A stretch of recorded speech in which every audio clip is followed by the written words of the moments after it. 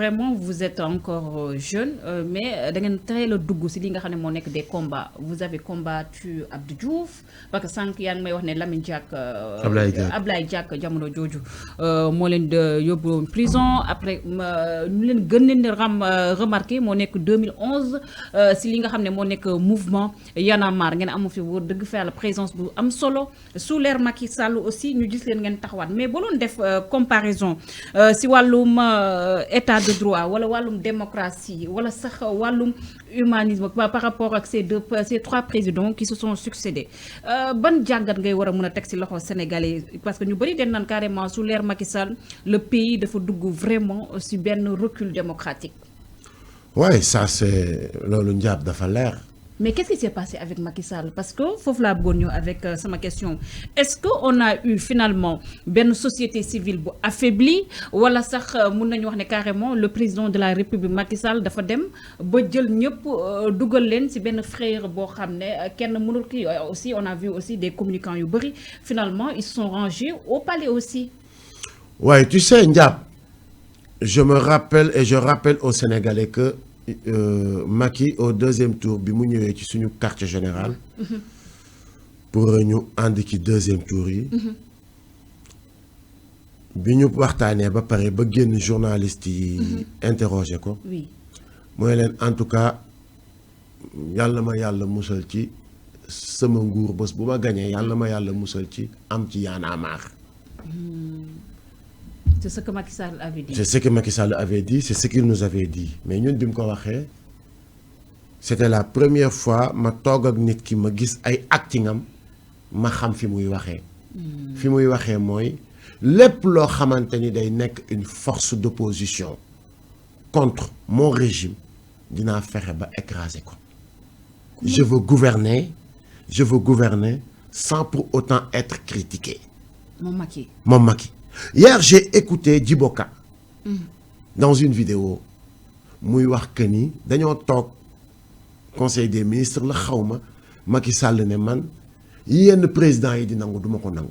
Je ne vais pas accepter des manifestations. Ah oui? Oui. Comme moom Djiboka idée yooyu mu ngi ko kii woon. Mais ouais,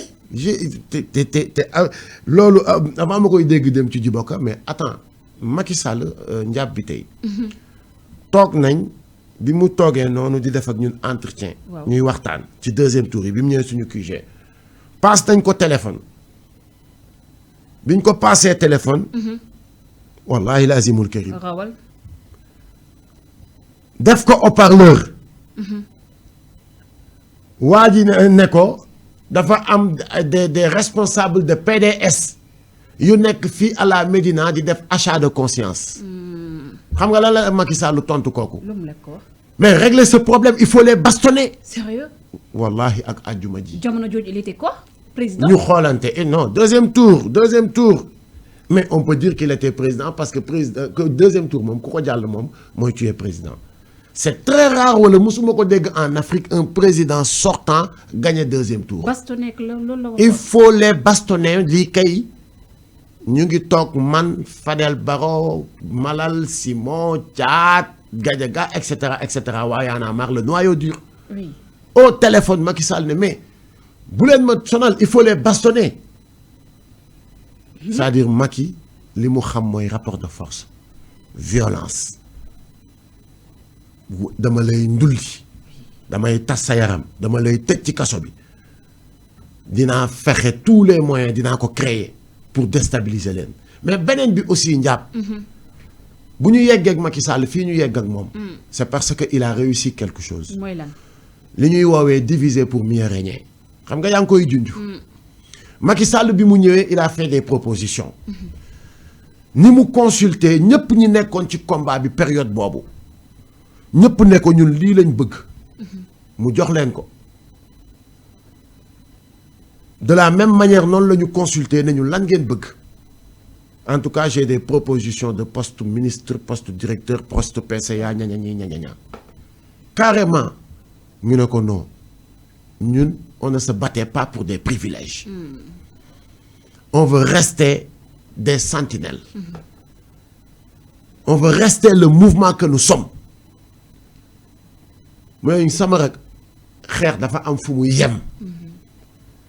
Vous vous êtes battu ba tey yàlla indi alternance mais acceptez ça ngeen bàyyi dépasser yenn yi bàyyi peut-être ngeen kii nii wallahi ak àjjuma ji ñu ne ko président sérieusement merci pour votre reconnaissance mais cela ne nous intéresse pas.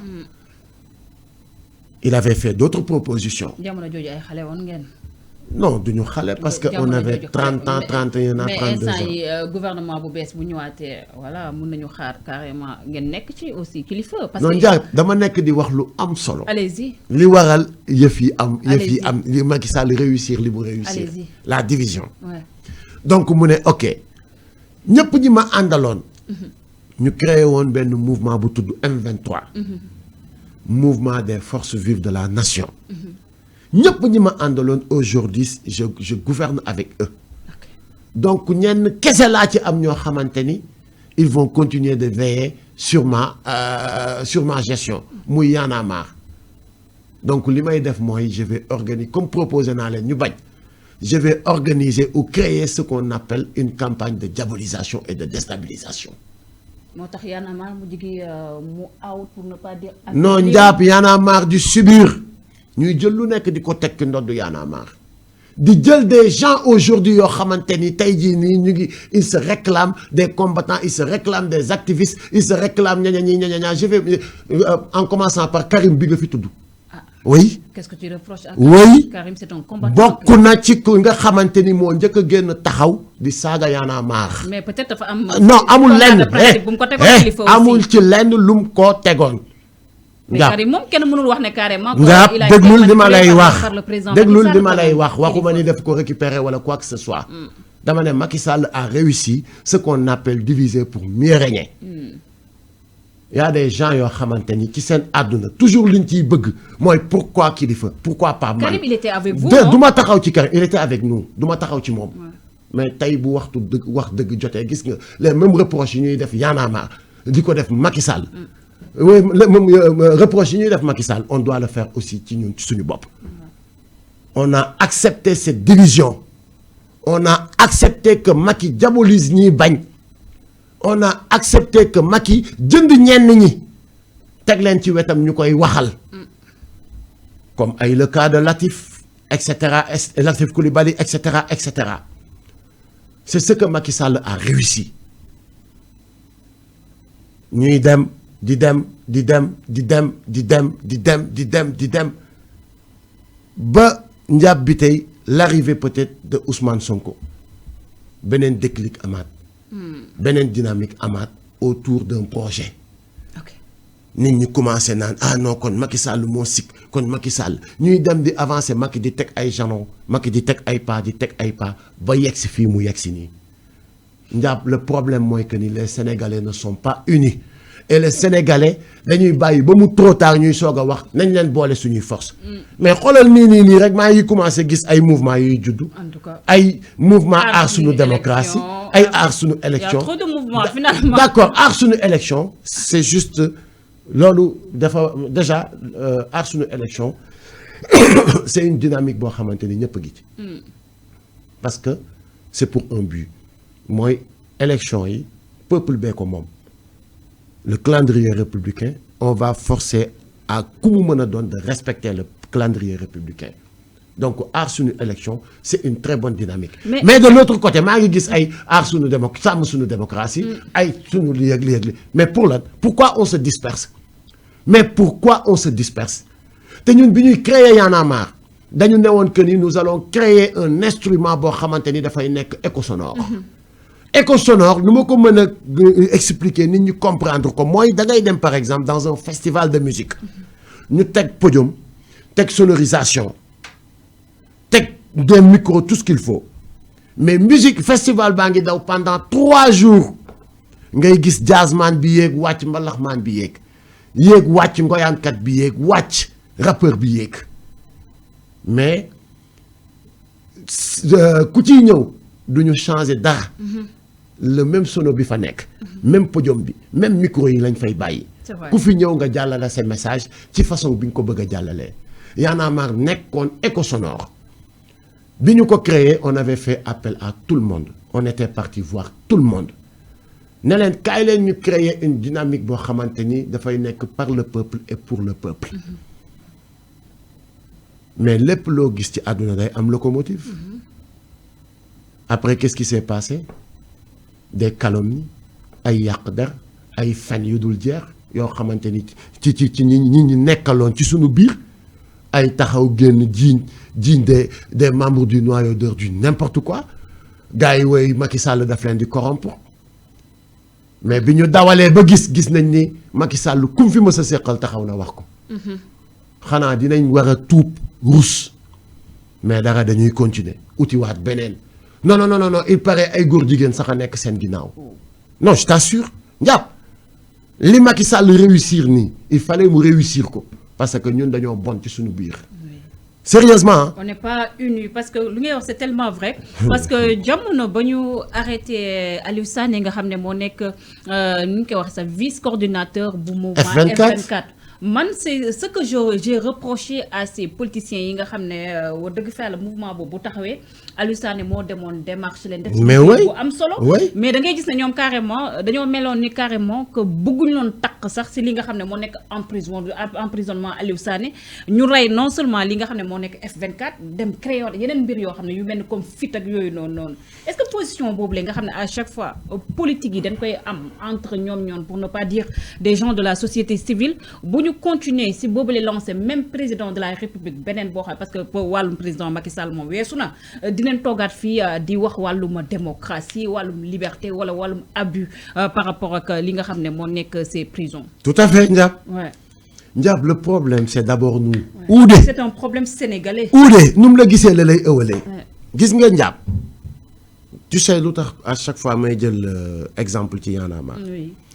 Y'en a marre a réussi un exploit boo xamante ni après dafa inspirer beaucoup de Sénégalais. Beaucoup de Sénégalais. mais tey wax dina neex. parce que ñu bëri dañu jàppoon ni Y'en a marre privilège la.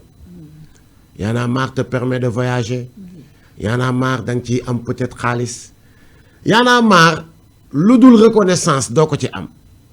mais qui pense que Y'en a marre daf lay tax ngay voyager dama nga laaj waa Y'en a marre. Moi j'ai fait le tour du monde. mais c'est avec le groupe Kër Gi. Tu es un artiste. C'est avec le groupe Kër Gi musuma dem représenter yi Y'en a marre ci quoi que ce soit. D'ailleurs musuma ko sax bëgg pour commencer. Y'en a marre ay projet yi nga xamante ni daf koy dawal muy ay dox ak sa gox ak ay jàppal bàyyil c'est d'autres personnes ñoom la ñuy jël sax ñu nekk di dawal projet yooyu. 1 franc wu Y'en a marre daf ko amul sax pour commencer mais 1 franc man Y'en a marre musuma ko fa jëlee. Il faut même ça aussi comprendre comment fonctionnent les gens. xaaral ma wax la l'esprit des Sénégalais de. Oui. li tax ñu bëri doon créer ay mouvement. Oui. Ndiab aujourd'hui je vais dire la vérité aux Sénégalais ñu xam ñoom tamit. parce qu'ils pensaient que ni créer un mouvement après daf lay permettre d'accord di nga am nag une proposition c'est à toi d'accepter mourir pour de bon mais di nga am ay privilèges mais dootuloo jar dara foo génn moom duñ la ne respect da ngay nekk ki ñëpp jéppi comme ñi fi dal ñenn ñi. wa ilaa nga continuer nekk sa sentinelle ñi nga xamante ni ay nit lañu ay borom xel lañ fu ñu dajeeg yow dinañ leen vraiment respect ci constance bi. gis nga yu bëri yi ngay gis ñuy créer di juddu nii. Oui. c'est pour préparer la prochaine alternance. keneen ku ñëwaat beneen président bu ñëwaat. mais beneen président bi ñëwaat. bu nekkul mu nekkaat négociation partage de gâteau. merci beaucoup te bu nekkul dëgg le président bi ñuy président rupture. bu wax ne les mains solides. Ndiab dinañ dundaat lii man maa la wax lii. man maa la wax lii. man maa la wax lii donc le problème c'est nous avant muy nekk les politiques. parce que bu ñu bàyyee dëgg la nature a horreur du vide yàgg nañ ko wax il faut pas laisser les médiocres ñu diriger ñu mooy waral lii d'accord mais ces médiocres là ils ne sont pas médiocres surtout de c'est des médiocres mais rusés. parce que ñoom un manque de patriotisme déjà daf leen dal te manque de patriotisme bu la dalee rek suñ la dénkee dara da ngay xool njaab bi tey mi nga xamante ni dafa am ay valeur nga fexe ba jege njaab bi tey booy xaalis li mu mën dafa bari de il a tous les pouvoirs sauf celui de conquérir un cœur wala ngëm-ngëm bu dëggu. Des fois ça me conquérir un cœur. Des fois mais c'est juste pour un laps de temps.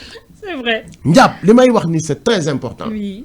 Il faut que sénégalais yi dépasser génn ci affaire u Macky Sall ñu commence parce que tôt ou tard comme ni nga ko waxee ala kulli haal mu gaaw mu yéex te dafay sax gaaw ndax Macky Sall moom à partir de 3 avril ci lay bàyyee nekk le président de la République du Sénégal. Déjà nous allons avoir un autre président de la République. sénégalais yi yéen laay waxal bu yaboo ngeen dànkaafu le prochain président te gis naa ni ces derniers temps sax loolu ngeen nekk di def.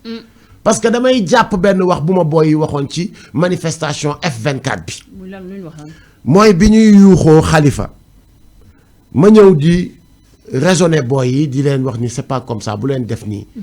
image bu ñaaw la quoi ñun ñëpp a far.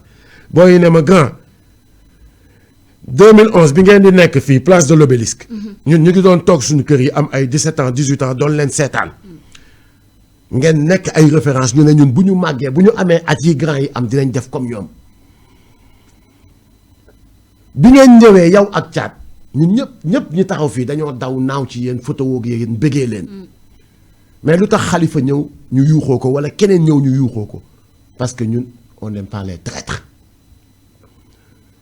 booy yi ñooy wax du man booy yi dama grand gis nga politique gu léegi nekkatul politique bu njëkk bi nga xamante ni de nit moo daan am xaalisam créer parti dem uti ay financement fu kenn xamul fu muy jëlee financement yi parce que nag booy créer parti Ndiab da nga naan man am naa carrure bi am naa charisme am naa tout ce qu'il faut pour mën a taxaw demander le suffrage des Sénégalais mais c'est tout un ensemble il faut que ma am ñu ko financer nga ñëw ci Ndiab bi tey ne ko damay créer parti politique Ndiab ne la ah ma contribution c'est 100 millions. Tu seras redevable à Ndiab Biteye. nga dem ci benn Franck Timis ne ko dama créer parti politique Franck plus Timis sonde xool dugg def ay affaire am gis ni yow tu peux remporter des élections mu ñëw ne la ah dinaa non seulement indi d'autres partenaires yu indi xaalis moom dootoo ko jooy mais aussi dinañ lobbying ci la France ba nga xamante ni dinañ la pistonner di intervenir ci yenn yi ñëpp xam nañ comment ça se passe mais boo gañee l'intérêt de la France Ndiab nga ne ok Ndiab kooku nga xëy mu nekk sa président musiba mbaa ba kumba booy nañu nag demeetul noonu léegi ci misaal dafa mel ni oto la boo xamante ni askan bi moo koy jënd su ko jëndee mooy ut chauffeur bi bu dawalee bu ko dawal bi neexul ñu ne ko taxawal mu taxaw ñu ne ko wàccal suñu oto ñu utaat beneen chauffeur grand dootuñu tàyyi nous allons mener un combat pour nos enfants ma ne éveil de conscience bi jàll na lii neex na ma lii ñuy wax neex na ma lool kilifa tegal foofu sa baaram éveil de conscience révolution